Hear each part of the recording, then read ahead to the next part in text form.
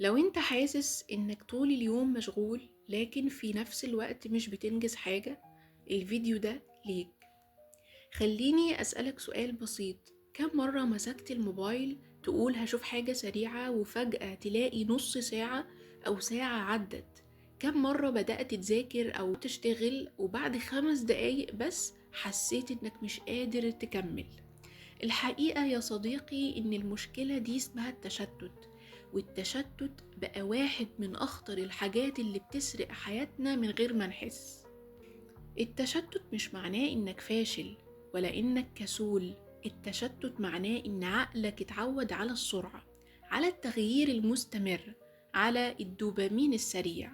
احنا عايشين في زمن كل حاجة فيه معمولة علشان تخطف انتباهك، زي فيديوهات قصيرة، إشعارات، لايكات، ريلز، تيك توك. كل ده بيخلي عقلك مش قادر يقعد على حاجة واحدة لفترة طويلة. بس المشكلة يا صديقي مش في الموبايل بس، في أسباب تانية للتشتت. زي أول سبب منهم التفكير الزايد. لما دماغك مشغولة بحاجة كتير، طبيعي مش هتعرف تركز. تاني سبب القلق، سواء قلق من المستقبل أو من حاجة بتحصل في حياتك. تالت سبب إنك ما عندكش هدف واضح. لو انت مش عارف انت بتعمل الحاجة دي ليه، طبيعي تسيبها بسرعة. رابع سبب إنك متعود على الراحة. أي حاجة فيها مجهود بسيط دماغك يهرب منها فورا. طيب التشتت بيعمل فينا ايه أو ايه أضراره؟ أول حاجة، بيضيع وقتنا، الساعات بتجري واحنا مش حاسين. 2، بيقلل إنتاجنا، بنعمل 10 حاجات بس ولا واحدة فيهم كاملة. 3، بيأثر على ثقتك بنفسك، تحس إنك مش بتنجز فبتبقى زعلان من نفسك. رابع حاجة، بيأجل أحلامك ويمكن يضيعها لو استمر. طيب نخرج من التشتت إزاي؟ خلينا أقولك على خطوات بسيطة لكن لو طبقتها فعلا هتفرق جدا في حياتك.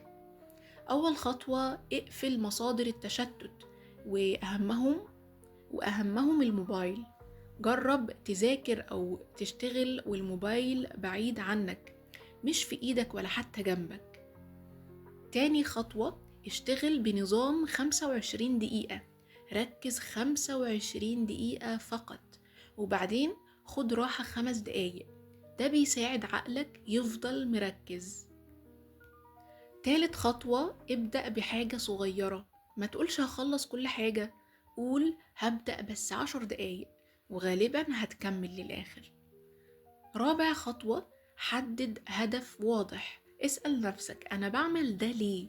لو عندك سبب قوي هتلاقي نفسك بتقاوم التشتت.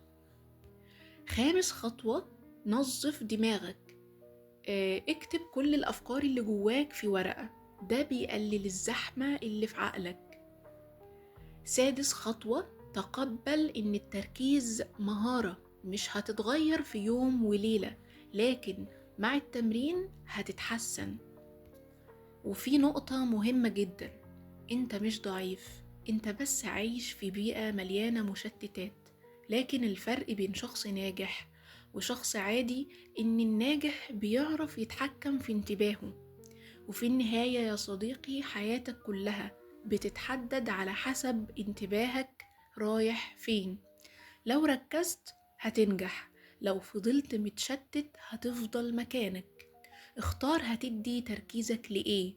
ولو الفيديو عجبك ما تنساش اللايك والاشتراك، وشاركني في التعليقات ايه اكتر حاجة بتشتتك. وشكرا على المشاهدة.